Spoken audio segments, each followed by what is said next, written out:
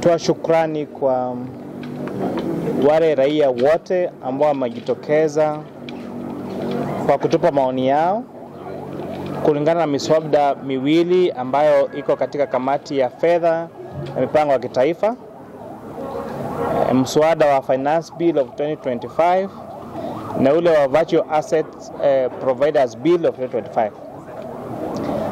Tumekava sasa county 7 ikiwemo Nairobi, Migori, Busia, Nandi, Trans Nzoia, Kiambu siku ya leo na Machakos counties. So tungetaka kuwashukuru sana raia ambao wamejitokeza katika hizi county zote kutupa maoni yao kulingana na miswada hii ambayo katika kamati yetu. La pili ni kutuma changamoto. Kwa changamoto sana ni kwamba raia wengi hata tukiwapa ile sheria ama ile bill kuichambua na kuelewa ni ngumu, kwa sababu wakati mwingine hata wakati wanapia wasome wanaenda wanapata ile kitu wanasoma ni deletion ama ni kipengele fulani ambacho kinafutwa. Na saa zingine ukienda kuangalia kipengele ambacho kinafutwa, hata ukienda kwa sheria yenyewe unapata pia hicho kipengele pia kinafutwa. Na kwa hivyo inakuwa ngumu kwa raia wakati mwingine kuelewa masuala haya.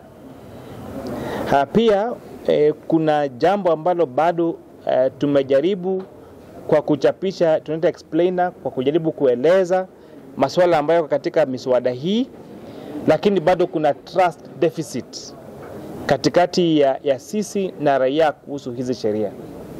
Na nafikiri njia ya kuhakikisha kwamba hii trust deficit imeisha ni kuhakikisha kwamba ile lugha ambayo tunaitumia katika kutunga sheria zetu ni lugha ambayo inaweza kueleweka kwa mwananchi wa kawaida. Kwa hivyo kuendelea mbele, naomba ofisi ya Attorney General wakati ambapo wanachapisha bills hizi ama sheria hii ama mapendekezo haya, waweze kuchapisha sio kwa lugha tu ya Kiingereza, sio kwa lugha tu ya Kiswahili, lakini pia kwa lugha ambayo inaweza kueleweka kwa urahisi kwa yote ambaye anaweza kusoma na kuangazia masuala haya. Ikiwemo hayo, yale ambao masuala yamejitokeza sana katika hizi counties zote ambazo tumeenda ni mambo ya kwanza, data privacy. Ya kwamba wananchi wengi wameweza kueleza maoni yao ya kwamba hawadhani ya kwamba kwa KRA kukuwa na access ya data, ya private data yao kwamba ni kitu nzuri. Na wanashangaa kwa sababu vipengele ambavyo viko katika Tax Procedures Act vinaeleza ya kwamba KRA can access your financial data. So swali ni je, kwa nini basi wanataka kupewa ruhusa ya kuaccess trade secrets na other private data? Na nafikiri kitu moja ambacho wananchi kabisa wamekataa ni kwamba hawataki kamwe kusikia ya kwamba data yao ambayo ni private inaweza kuwa accessed na Kenya Revenue Authority. Ikiwemo kwa mfano siku ya leo wananchi wa Kiambu wametuambia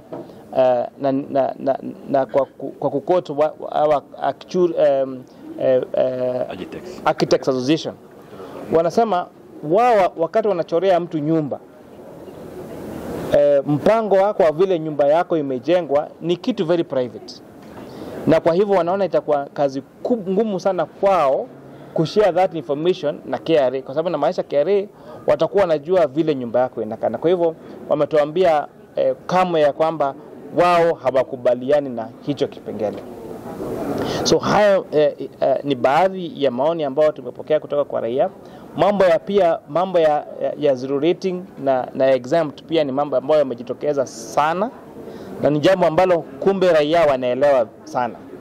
Na ametuambia kwamba pengine vile tunafaa kuhakikisha kwamba kama tutaweza kutumia mali ya kusubsidize particular services or products using ile tunaita zero rate, lazima tuhakikishe ya kwamba hiyo that advantage inakuwa passed kwa consumer. Sio ya kwamba tuna forego taxes tunatumia taxes zetu kwa kusupport biashara fulani, lakini faida haiendi kwa mwenye kununua hiyo product, inaenda kwa mwenye biashara. Ya mwisho ni kwamba kujaribu kubalance katikati ya imported products, finished products na local manufacturing. Na nafikiri sote tunakubaliana kwamba ni vizuri, it's very important, ama ni vizuri zaidi tukiweza kusupport wanabiashara ambao wana manufacture local products. Na wametuambia kwamba hawa wakulima wa Kiambu hawaelewi jinsi ambavyo sisi ndio tunatengeneza one day, tunakuwa na vile vifaranga vya siku moja. Hivi hawa vifaranga wanapelekwa Kampala, Uganda. Na inakuwa mayai ambayo inatoka Uganda inakuwa chipa kuliko ambayo inatagwa na kuku wetu wa hapa Kiambu. Na kwa hivyo hayo ni masuala ambayo tukienda ku-retreat over the weekend tutaangazia, kuhakikisha ya kwamba tumeweza kuboost our local manufacturing, kusupport our agriculture, but pia kuhakikisha ya kwamba ile advantages, ile privileges tutapea hawa na biashara imekuwa transferred kwa wakulima na pia kwa bei ya the end of product ya hiyo bidhaa. Kwa sababu tumeweza kuzingatia kwamba there is a lot of money spent on zero products, but the advantage ya ambayo inafaa kukua haiendi kwa raia. Mfano mwaka jana peke yake ile pesa ambayo ilitumika kwa tax expenditure rating ilikuwa bilioni 540. Our entire development budget ni ilikuwa bilioni 630. Na kwa hivyo unaona ile pesa ambayo tulitumia na hiyo tax expenditures na hiyo kufanya zero rating ilikuwa almost the same kama ambayo tulitumia kwa development budget. So swali ni, are these privileges we are extending, benefiting the price of the product and benefit the country, or is it going to or is it just going to benefit those particular businesses? Labda mko na muda gani kuchukua haya maoni yote kuyakusanya pamoja na ndipo labda kupelekea wenye wanatengeneza bajeti? Tumebakisha siku 3 peke yake, maana nimesema tumebakisha county ya Kwale, county ya Mombasa na county ya Kilifi, ambapo tutakuwa kesho na siku ya Jumamosi na siku ya Jumapili. Baada ya hapo tutaweza kuenda retreat kuangalia haya maoni yote, lakini pia unaweza pia kwa ile QR code ambayo tulipeana, tunaendelea bado kupokea haya maoni kupitia kwa mtandao. Kwa hivyo bado hata kama utaweza kufika katika physically katika mikutano yetu, kama utaenda kwa hizo QR code ambayo tulipeana kwa mtandao, unaweza bado kuwasilisha maoni yako. Na hii ndio ile QR code ambayo tuliweza kufanya. Si lazima utengeneze yako mwenyewe. Unaweza kutumia hii. Na the moment una scan hii, itakupeleka kwa portal, itakupea bill yenyewe na utaweza kucomment close by close ama kwa entire bill kuwasilisha maoni yako. Kwa hivyo tumeweza kuhakikisha kwamba kwa mara ya kwanza public participation inahusisha mtandao. Si lazima ukuje Kiambu, si lazima uende Machakos, si lazima uende Kiambu, si lazima uende Mombasa. Ukiscan this QR code utaweza kupata the actual bill, pia ili wewe mwenyewe upate nafasi ya kujisomea vile hiyo bill inasema na pia uweze kuwasilisha maoni yako. Swala la wananchi kutokuwa na hiyo bill ya kusoma kabla wakuje kuleta maoni yao limejitokeza, ambapo tumeongea na wao, na ni jambo ambalo labda kwa sasa limefanya wananchi wengi wa Kiambu hawakutokezea, wanasema hawana. Na pia wenye wamekuja imedhibitiwa kuwa na wanachama wenu, wanakamati wenu, kuwa wengine bado wanaongelea mambo ambayo wamesikia haiko kwa bill. Hapo mnasuluhisha namna gani? Ndio maana niweza kusema mambo mawili, ya kwamba lazima tutafute njia ya kurahisisha vile ambavyo bill inaandikwa na vile ambao raia wanaweza kuisoma na kuelewa wao wenyewe. Kwa sababu hata ambao wako nayo, nikipa mfano wa the bill. Ukiangalia kama hii ndio virtual assets. Ni virtual assets. Wacha ile ambayo inaongelewa sana ni hii Finance Bill of 2025.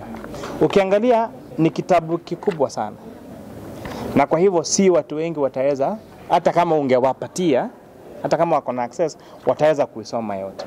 Na kwa hivyo ndio pendekezo ambalo tunalisema kwa wa drafters na saa kwa ofisi ya Attorney General, lazima tutafute njia ya kurahisisha vile huu mswada na miswada mingi ambayo inafika katika bunge inachapishwa kwa lugha ambayo inakuwa rahisi zaidi kwa raia kuelewa. Na kwa mfano ile ambayo umesikia, kama kwa mfano ukiangalia kama kipengele 16 section 35 of the Income Tax Amended inasema by deleting subsection 6E. So ndio uelewe what this means, lazima uchukue sheria pale. Lazima uende kwa Income Tax Act, utafute section 6C. So hizi ndio sheria ambazo zinabadilishwa. So uende kwa section 6C.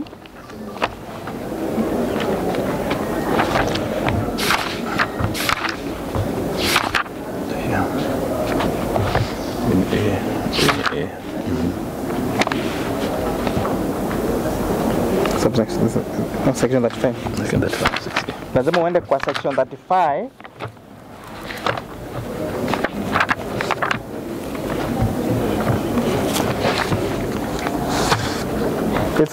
This section 35. Then you go to subsection 6E. So utafute 6E ndio usome section 6E inasema the provision of this act in respect to subsection to objection shall mutadis apply to objection under this section. So napata kwamba hata baada ya kupata yenyewe ile lugha ambayo inatumika na sio Kenya peke yake, ni a standardized way of law making, lakini lazima tutafute jinsi ya kuhakikisha kwamba sheria hizi tunaweza kuichapisha kwa lugha ambayo inaweza kueleweka kwa mwananchi wa kawaida ambaye sio wakili na ambaye si lawmaker. Kwa hivyo hilo ni pendekezo ambalo tumelichukua kutoka kwa wananchi, na ni jambo ambalo tutafuatilia kuhakikisha kwamba zile sheria zingine ambazo tutachapisha tuhakikisha kwamba iko na lugha ambayo inakuwa rahisi zaidi kuelewa kwa raia. Hata hivyo, kulingana na swali uliuliza, ukiangalia ile notice ambaye Clerk of the National Assembly aliweka kwa magazeti kuinvite wa Kenya, iliwaelekeza katika hiyo website mahali kila Mkenya ataingia mahali pale a download the document. So from day one, wakati public participation ilitangazwa, the Clerk of National Assembly aliweka notice na akaelekeza mahali kila Mkenya katika nyanja zote ama hata nje ya Kenya unapata hii document. Again, Chair, are we going to repeat what we saw last year June concerning the finance bill? One of the things that I am happy about is the finance bill of last year was fueled with a lot of deliberate disinformation and misinformation. And I say this because 70% of what was in the finance bill of 2024 was duplicated in 4 pieces of legislation that passed in December. The Tax Procedure Amendment Bill, the Tax Laws Amendment Bill, the Business Laws Amendment Bill, the Public Finance Management Bill, and we all agree that those pieces of law that we passed in December did not cause us a public outcry, and there were pieces of legislation that led to even better lives of Kenyans. So what this time around the bill has done, number one, it does not introduce any new taxes.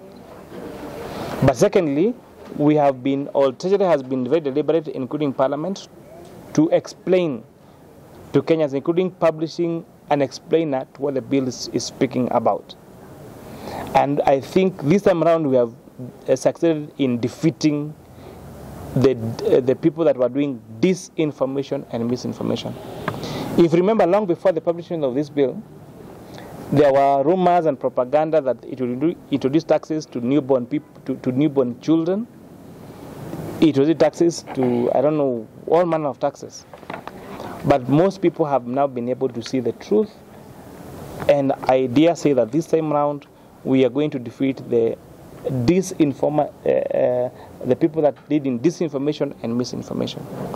And most people, even as you saw in today's forum, are willing to not just come and listen, even people coming to seek clarification. This is what I heard about the bill. Is it true?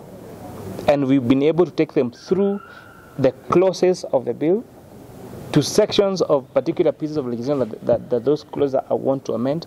And I think we are in agreement that generally this is what the bill is proposing, and the disinformation and misinformation that was there before, I think we have been able to defeat. And I will want to urge every Kenyan. We have provided an electronic system, and Kenya is a really high-tech country. We are the best in Africa and the second globally after Japan in terms of using IT. And that is why a young man, an intern, provided a solution to making this bill accessible online just by scanning that QR code. Read the bill for yourself, ask a question that you need to ask, and we shall be there to answer them. But the disinformation and misinformation was there. I am happy that you have defeated that.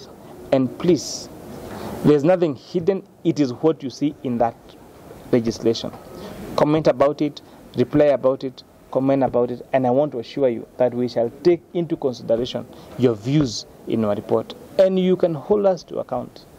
You can hold us to account. That the report that this committee shall produce shall reflect the views of the people of Kenya. In fact, you witnessed here, there was a person who was keen and did mention about bread, the availability of bread. And we were able to take him through the provision of the clause that nowhere is touching on Section 13A of the second schedule, which is tax of the bread. So it is something that it looks like people love what they hear, and which is negative more than the truth. You was also the other day circulating that taxes have been increased from 30% to 37.5%, which true to say it is nowhere. So what we need to ask the Kenyans, let them participate in a manner that they are using the right information or inquire the right information, so that together we can make the country. Is it possible that after that retreat that you talked about, we will have a second round of public participation where now the members of public can give their opinions on the improved clauses in the bill? The essence of lawmaking is that people donate their power to their members, their elected representatives. And therefore, what you'll see is after we publish, after we do our report, we publish it and we table it at the National Assembly. Now the next decision will be made by the people's representatives. And therefore, the people of Kenya will then exercise their authority through their duly elected representatives. And that's why now you'll find there will be a vote that will be clause by clause by members of parliament. And it's a fairly transparent exercise that is again done the same globally. And that is why even you saw, even in the last finance bill, the discussion was about to tell your MP to oppose X or Y. Because at that particular time, then the decisions are made by the people. Also for this reason. If you listen from the discussions that even had today, there were varied views. And I'll give you an example of a clause that has received like opposing views in different measure. The bill is proposing that institutions that are registered under National Nairobi Financial Reporting Center will get favorable corporation tax rates at 15%. So you find two sides of the divide. Some are saying it is very good to attract investment into our country through this particular amendment by making us have more favorable terms, especially for those technology companies. Another saying it is unfair because people are paying pay-as-you-earn at as high as 32.5%. Corporation tax remains at 30%. So why are you charging these people less at 15%? the taxation of people, of companies that operate under SEZs and EPZs continue to receive preferential treatment. And some Kenyans are saying it is very good for us to attract that investment to our country, but others are saying, why are we giving them preferential treatment? So now the people that now form the balance between these two very varied and valid thinking becomes now the people's representatives. Also, there was a discussion about M-Copper funds and other appliances that are given out on credit. Is it something that is going to be featured heavily on the bill? And if so, how are you planning to regulate it? One of the things that you'll appreciate, one of the pieces of law that we passed in December last year under the Business Laws Amendment Bill, now Business Laws Act, was bringing what you call buy now, pay later schemes under the purview of Central Bank. Because the truth is, these Lipa Pole Pole platforms, whether it's for funds or for Boda Boda, you'll find they were going against one of the most basic principles of lending, that the price of that,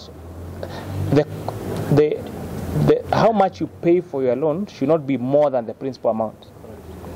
But you found a motorbike that would probably cost you 180,000 shillings, you found Kenyans were being charged up to 400,000 shillings, and even then, if defaulted one single payment for a single day, their motorbike will be repossessed. Same thing with the phones. That you buy a phone that should ideally cost you 10,000, you are charged 50,000 for that phone, and if you fail to pay your last 5,000, out of already phone you have paid over by almost double, the phone in Azimwa. And so what we did in that business laws that we're going to put Central Bank to account to make sure that it is accounted for is that haufai hakuna institution inafaa kukupa deni na ulipe riba zaidi ya principal amount. Na hiyo ndio imekuwa changamoto kubwa sana kwa especially kwa wanabiashara wetu wadogo. So hiyo tulihakikisha kwamba tulipitisha hiyo sheria na tunahakikisha kwamba Central Bank wamefuatilia kuhakikisha kwamba imefuatiliwa vilivyo. Namba 2, mambo ambayo wakina M-Copper na wengine ambao wanafanya those local assembly of phones, local assembly of motor vehicles, local assembly of electric motorcycles, local assembly of electric bicycles. Vile ambavyo umeona biashara hii ama unaona wanabodaboda wengi hasa katika urban centers, siku hizi unaona wanatumia ile boda ambayo ni ya stima, ile electric. Na ni kwa sababu miaka 2 iliyopita tuliweza kufanya zero rating ya assembly ya hizo baisikeli na hizo motorbikes. Na kwa kweli tumeona manufaa yake. Lakini lile swali tunauliza ni je, wakati kwa sababu ndio tuweze kusubsidize hiyo bei ya hiyo motorcycle, inatumia pesa ya wananchi kama kodi ama taxes. Hiyo benefit je, inaenda kwa bei ya hiyo product ama inaenda kwa faida ya mwanabiashara? Kwa sababu unaona ya kwamba these products tuna extend that favor kwao, lakini bei ya end product ifanye nini?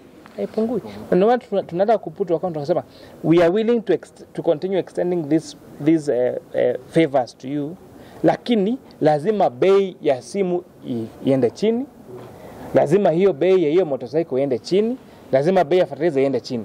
Lakini hiyo zikuwa ya kwamba tuna extend these privileges kwako, lakini hiyo ukitumia pesa ya raia inaenda kwenda kwa faida ya biashara yako. Thank you. Sawa?